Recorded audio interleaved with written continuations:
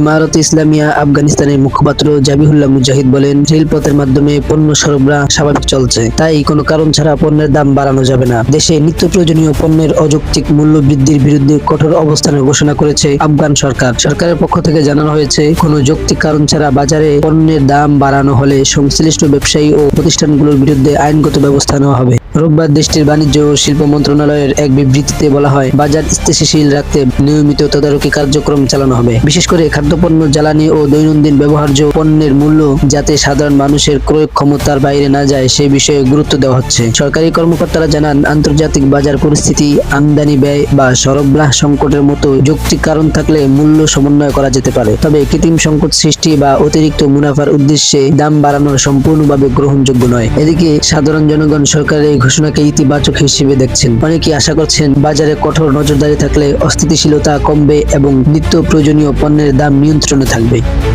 বিশ্লেষকদের মতে, কার্যকর বাজার তদারকি ও ব্যবসায়ীদের জবাবদিহিতা নিশ্চিত করা গেলে মূল্যস্ফীতি নিয়ন্ত্রণে ইতিবাচক প্রভাব পড়তে পারে।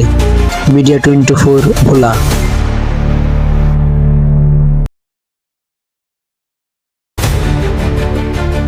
ইমারত ইসলামিয়া আফগানিস্তানের মুখপাত্র জাবিহুল্লাহ মুজাহিদ বলেন, রেলপথের মাধ্যমে পণ্য সরবরাহ স্বাভাবিক চলছে, তাই কোনো কারণ ছাড়া পণ্যের দাম বাড়ানো যাবে না। দেশে নিত্য প্রয়োজনীয় পণ্যের অযৌক্তিক মূল্য বৃদ্ধির বিরুদ্ধে কঠোর অবস্থানের ঘোষণা করেছে আফগান সরকার। সরকারের পক্ষ থেকে জানানো হয়েছে, কোনো যৌক্তিক কারণ ছাড়া বাজারে পণ্যের দাম বাড়ানো হলে সংশ্লিষ্ট ব্যবসায়ী ও প্রতিষ্ঠানগুলোর বিরুদ্ধে আইনগত ব্যবস্থা নেওয়া হবে। রোববার দেশটির বাণিজ্য ও শিল্প মন্ত্রণালয়ের এক বিবৃতিতে বলা হয়, বাজার স্থিতিশীল রাখতে নিয়মিত তদারকি কার্যক্রম চালানো হবে। বিশেষ করে খাদ্যপণ্য, জ্বালানি ও দৈনন্দিন ব্যবহার্য পণ্যের মূল্য যাতে সাধারণ মানুষের ক্রয় ক্ষমতার বাইরে না যায় সেই বিষয়ে গুরুত্ব দেওয়া হচ্ছে। সরকারি কর্মকর্তারা জানান, আন্তর্জাতিক বাজার পরিস্থিতি, আমদানি ব্যয় বা সরবরাহ সংকটের মতো যৌক্তিক কারণ থাকলে মূল্য সমন্বয় করা যেতে পারে। তবে কৃত্রিম সংকট সৃষ্টি বা অতিরিক্ত মুনাফার উদ্দেশ্যে দাম বাড়ানো সম্পূর্ণভাবে গ্রহণযোগ্য নয়। এদিকে সাধারণ জনগণ সরকারের এই ঘোষণাকে ইতিবাচক হিসেবে দেখছেন। অনেকেই আশা করছেন, বাজারে কঠোর নজরদারি থাকলে অস্থিতিশীলতা কমবে এবং নিত্য প্রয়োজনীয় পণ্যের দাম নিয়ন্ত্রণে থাকবে।